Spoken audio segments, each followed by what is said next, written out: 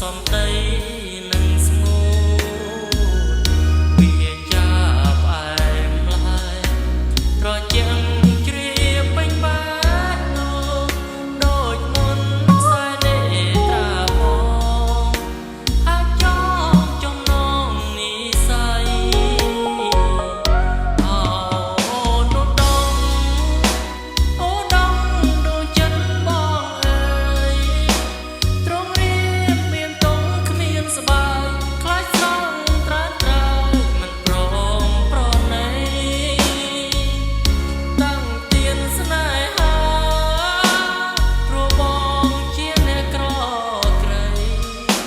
សូមកូនតាដឹងយាយជ័យគុំយល់សពស្រីឲ្យនាងដឹងផង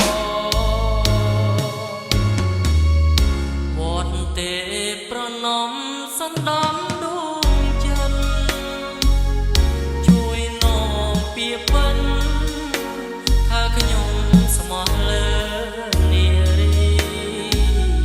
អុជធូបបន់ស្រន់សុំផ្សំក្នុងមួយជាតិនេះឲ្យខ្ញុំបានជួបនារីអូដំដួងចិត្តបងអើ